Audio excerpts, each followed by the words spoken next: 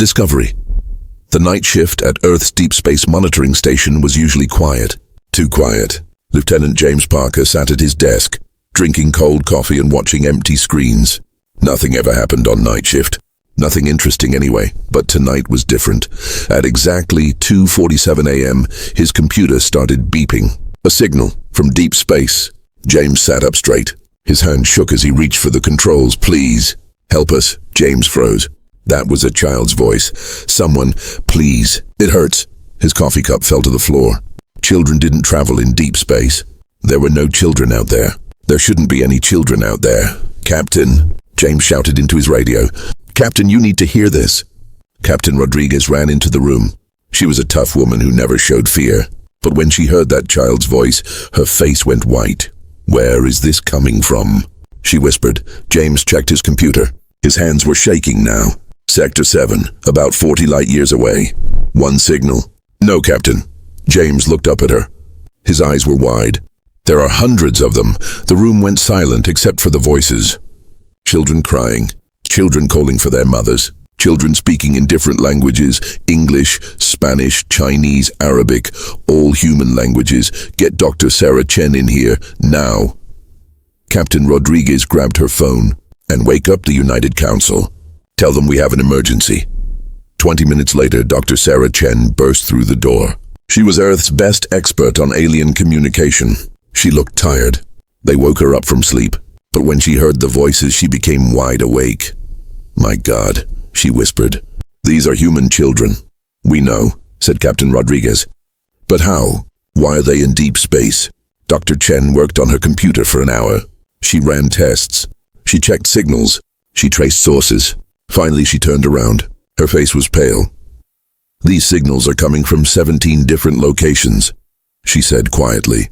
All of them are alien territories, and based on the voice patterns, she stopped. Her voice broke. Some of these children have been out there for years. The room went silent. How many children? Asked Captain Rodriguez. Dr. Chen looked at her screen. A tear ran down her face. At least 2,000. Maybe more. Captain Rodriguez grabbed her desk. She looked like she might fall down. 2,000 human children. In space, how did we not know? I don't know, said Dr. Chen. But someone took them. Someone hid them. Someone kept them secret. The next morning, Earth's United Council held an emergency meeting. Every nation sent their leaders. Everyone was angry. Everyone wanted answers, but nobody had answers. That's when Ambassador Zix arrived. Zix was from the Galactic Council. He was a tall alien with blue skin and 4 arms. Usually he walked with confidence, but today he looked nervous.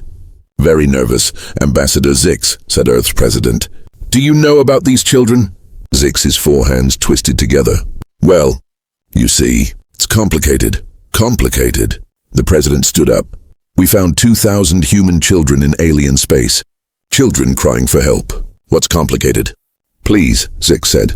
Let's discuss this calmly. These matters are sensitive. Sensitive. Dr. Chen stood up. Everyone looked at her. She was usually quiet, but not today. My brother disappeared 10 years ago. He was 8 years old. The police said he ran away. We searched everywhere. We never found him. She walked towards Zix. Her hands were shaking. I just heard his voice on those recordings, she said. He's alive. He's been alive this whole time. In your complicated alien space. Zix stepped back. I didn't know about your brother specifically. But you knew about the children, said the president. Didn't you? Zix was silent for a long moment. Then his shoulders dropped. He looked defeated. Yes, he whispered. We knew. The room exploded. Everyone started shouting. Security had to hold back some leaders who tried to rush at Zix. Silence, shouted the president. Let him explain. Zix looked around the room. Every human was staring at him with hate in their eyes. It started 50 years ago, he said quietly. Some corporations discovered that human children make perfect workers. Small hands, quick learners. They adapt easily. So they started taking them. Taking them? The president's voice was cold. You mean kidnapping them? They took orphans, Zix said quickly. Street children. Ones that nobody would miss. Nobody would miss. Dr. Chen's voice cut through the room like ice. I missed my brother every single day for 10 years. Zix looked at the floor. I'm sorry. We told them to stop, but the profits were too high. They kept taking children. We couldn't control them. The president walked to the window. He looked out at Earth below. The beautiful blue planet, home. Every light down there was a family, and some of those families were missing their children. He turned around. His eyes were cold. "Ambassador Zix," he said quietly, "please leave this room now." Zix left quickly. The president looked at his council, at the generals, at the admirals, at every leader in the room. "Gentlemen, ladies," he said, "for 50 years we've played nice with the galaxy. We've followed their rules. We've been good neighbors." He pressed a button. Red light started flashing across Earth, in every city, every military base, every hidden facility. "But they took our children," the president continued. His voice was calm, too calm. "They took our babies and made them slaves. And they thought we wouldn't notice. They thought we wouldn't care." He looked around the room. They were wrong. Outside, Earth's hidden war fleet began to wake up. Ships that the aliens thought were cargo vessels opened up. Weapons emerged. Engines powered on. Dr. Chen watched through the window. She thought about her little brother, about his smile, about his laugh. "We're coming, Tommy," she whispered. "We're coming for all of you." In space, Ambassador Zix watched the red lights spread across Earth. He grabbed his communicator with shaking hands. "Galactic Council," he said. His voice was afraid. "We have a problem. A very big problem." "What is it?" asked the Council. Zix watched another 100 warships launch from Earth. "The humans know," he whispered. "And I think we just started a war." The preparation, the Galactic Council chamber was in chaos. 50 alien species were shouting at each other. Some were scared, some were angry, but all of them were worried about one thing: humans. Ambassador Zix stood in the center. He looked tired. He hadn't slept in 2 days. "Please, everyone calm down," he said. But nobody listened. "This is your fault, Zix," shouted Ambassador Krell. He was a big alien with red scales. "You told us humans were weak. You said they would never find out." "I didn't know they would find out," Zix shouted back. "Someone sent those children signals directly to Earth. Someone betrayed us." "It doesn't matter now," said High Counselor Vex. She was old and wise. Her voice made everyone go quiet. "What matters is that Earth's fleet is coming, and they are very angry."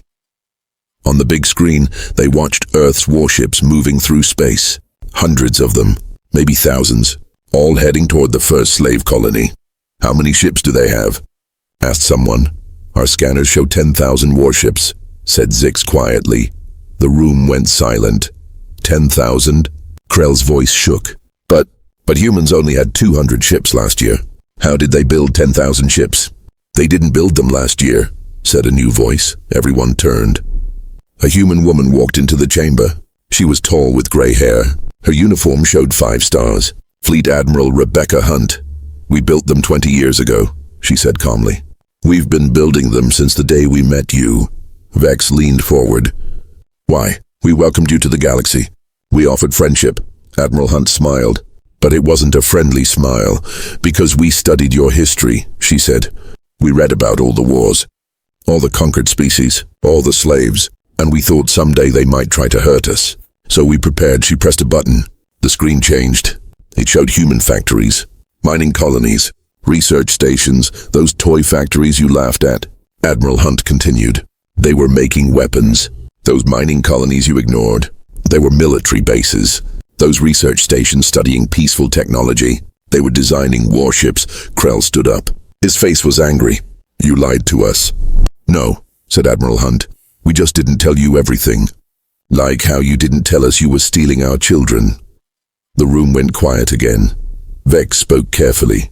"Admiral Hunt, we understand you are angry, but let's be reasonable. Those children belong to various corporations now. They were purchased legally under galactic law." "Purchased?"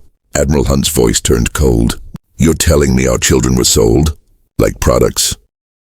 "Well, yes," said Vex, "but we can negotiate. Perhaps we can arrange to buy some of them back over time.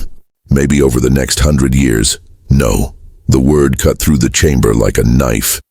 Admiral Hunt pressed another button. A child's face appeared on the screen. A little girl, maybe 7 years old. She had big brown eyes and tears on her face. "This is Emma Stone," said Admiral Hunt quietly. "She is the daughter of Fleet Admiral Marcus Stone. She was taken 8 years ago. The police said she drowned. They found her shoe by the river. Her family held a funeral. Her mother cried for a year." The little girl on the screen spoke. Her voice was small and broken. "Daddy, if you can hear this, please come get me. It hurts here. They make us work all day. I'm so tired. I miss you. I miss Mommy. Please, please come home." The recording ended. Admiral Hunt looked around the room. Many aliens looked uncomfortable now. "Admiral Stone wants to tell you something himself," she said. The screen changed. A man appeared. He was big and strong, a soldier, but his eyes were red from crying. "Galactic Council," he said. His voice was quiet, dangerous. "My name is Fleet Admiral Marcus Stone. 8 years ago, you took my daughter. You made me bury an empty coffin. You made my wife cry herself to sleep every night. You broke my family." He leaned closer to the camera. "I'm coming to get her back, and I'm bringing 10,000 ships with me. We're not negotiating. We're not buying. We're not asking permission." His voice got quieter, colder. "We're taking our children back, all of them, and if anyone tries to stop us, we will go through them." The transmission ended. The Galactic Council chamber was silent. Nobody knew what to say. Finally, Krell spoke. "You can't do this. Galactic law." "Your law means nothing to us now," said Admiral Hunt. "You broke the only law that matters. You hurt our children. But this will destroy the galactic economy," shouted another alien. "Those corporations employ millions of workers. If you attack them, millions will lose their jobs." Admiral Hunt turned to leave. She stopped at the door. "Then maybe you should have thought about that before you enslaved our kids," she said. She walked out. Back on Earth, preparations continued. In New York, factories worked day and night, making weapons, making armor, making supplies. In Tokyo, programmers worked on war computers, making them faster, smarter, better. In London, doctors trained for battlefield medicine, preparing to help rescued children. In every city, in every country, humans worked together. For the first time in history, Earth was completely united. Dr. Sarah Chen stood in the command center. She watched the fleet preparing to launch. Her brother was out there, somewhere, waiting. "Dr. Chen," a young soldier approached her. "Your ship is ready." "My ship?" She looked confused. "Yes, ma'am. Admiral Stone said you're coming with the fleet. Every rescued child will need someone who understands them, someone who can speak their language, someone who cares." Sarah felt tears in her eyes. "I'm going to find my brother." "Yes, ma'am." "We're going to find all of them." In orbit above Earth, the fleet assembled. 10,000 warships. Each one was named after a missing child. Sarah's promise. Tommy's hope. Emma's justice. Michael's vengeance. Lisa's return. Thousands of names. Thousands of stolen children. Each ship was a promise. "We're coming for you." Admiral Stone stood on the bridge of his flagship. It was called Emma's Light. He looked at the picture of his daughter on his desk. The last picture before she was taken. She was smiling. "Happy, sir," said his second officer. "All ships report ready." Stone picked up the picture. He held it close. "Emma, baby," he whispered. "Daddy's coming." He turned to his crew. "Open a channel to all ships," he ordered. 10,000 ships waited for his words. "This is Admiral Stone," he said. His voice was steady, strong. "Today, we're not going to war for money. We're not fighting for land. We're not conquering anyone," he paused. "We're going to bring our babies home." 10,000 ships replied as one. "Yes, sir." "All ships," Stone ordered. "Jump to hyperspace. Target Slave Colony 7. Time to bring our children home." The fleet jumped. 10,000 stars of light. 10,000 promises. In the Galactic Council chamber, Ambassador Zix watched them go. He was shaking. "What have we done?" he whispered. "What have we done?" High Counselor Vex stood beside him. She looked old now. "Very old. We poked the bear," she said quietly.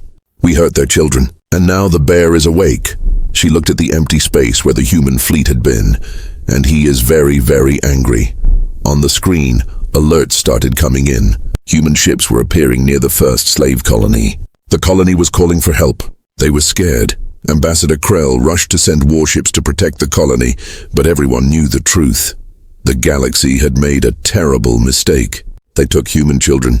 They made them slaves. And now, they were about to learn an important lesson: never ever hurt someone's child, because parents don't negotiate. Parents don't forgive. Parents come for their babies, and nothing in the galaxy could stop them. The burning, the alarm screamed. Through Slave Colony 7. Administrator Vorks ran to the control room. He was a fat alien with green skin. He owned this colony. He owned 300 human children who worked in his mines. "What's happening?" he shouted. "Sir, we have incoming ships," said his security officer. "Hundreds of them." Vorks looked at the screen. His 3 hearts stopped. The sky was full of human warships. "This is impossible," he whispered. "Humans don't have this many ships. Sir, they're hailing us. Put it through." The screen changed. Admiral Stone appeared. His face was cold. His eyes were like ice. "Administrator Vorks," Stone said quietly, "you have 173 human children in your colony. I'm here to take them home." Vorks laughed nervously. "Admiral, please, let's be civilized. Those children are my property. I paid good money. You have 60 seconds to release them," Stone interrupted, "or we will take them." "You can't threaten me." Vorks's confidence returned. "This colony has shields. I have 300 security guards. You can't just..." The transmission cut off. Vorks smiled. "Stupid humans. They can't break through our shields." 30 seconds later, every weapon on the colony stopped working. Then every shield generator went dark. Then every communication system died. Vorks stared at his screens in horror. What's happening?" "Sir," his security officer's voice shook. "They didn't shoot us. They used some kind of electronic weapon. Everything is offline. Everything except life support. What about escape pods?" "Offline, sir. Security doors. Open, sir." "All of them are open." Vorks grabbed his desk. His hands were shaking. "How long until backup arrives?" "Sir, they disabled our communications. Nobody knows we need help." Through the window, Vorks saw small ships approaching. Human soldiers. "Coming for the children. Stop them!" he screamed. "Security, stop them!" But his security guards didn't fight. They saw the human warships in the sky. They saw 300 armed guards didn't matter against 10,000 ships. They dropped their weapons and ran. The humans landed. They moved through the colony like ghosts. Fast, silent, professional. 10 minutes later, they found the children. Captain Maria Santos was the first one through the door. She expected many things, but she wasn't ready for what she saw. The room was dark, cold, tiny beds lined the walls.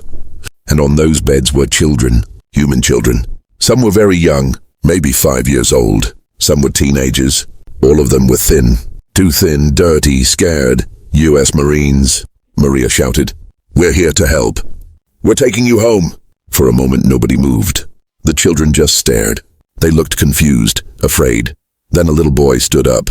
He was maybe 6 years old. His clothes were torn. His face was dirty, but his eyes were bright. "Home?" he whispered. "We're going home?" Maria felt tears in her eyes. "Yes, baby. We're taking you home." The boy started crying. Then another child started crying. Then all of them were crying. Not sad crying, happy crying, relief crying. Maria and her soldiers moved through the room. They picked up children. Some children were too weak to walk. Some had broken bones that healed wrong. Some had scars. One little girl grabbed Maria's uniform. "Are you real?" the girl whispered. "Or am I dreaming again?" Maria knelt down. She hugged the little girl tight. "I'm real, sweetheart. This is real. You're safe now. You're going home." Outside, Admiral Stone watched his soldiers carry children to medical ships. Each child broke his heart a little more. "How many did we find?" he asked quietly. 173, sir," reported his officer. "All alive. Some are hurt. Some are sick. But all alive," Stone nodded. "Good. Prepare to jump to the next location." "Sir, what about Administrator Vorks?" Stone's face went cold. "Leave him. Take all his ships, all his money, all his supplies. Leave him on this dead colony with nothing. Let him feel what those children felt." News spread across the galaxy fast. The humans hit Colony 7. They took everything. The colony was destroyed economically, but the humans didn't kill anyone. They just took their children and left. Other colonies heard the news. Some panicked. Some thought they could negotiate. Some prepared to fight.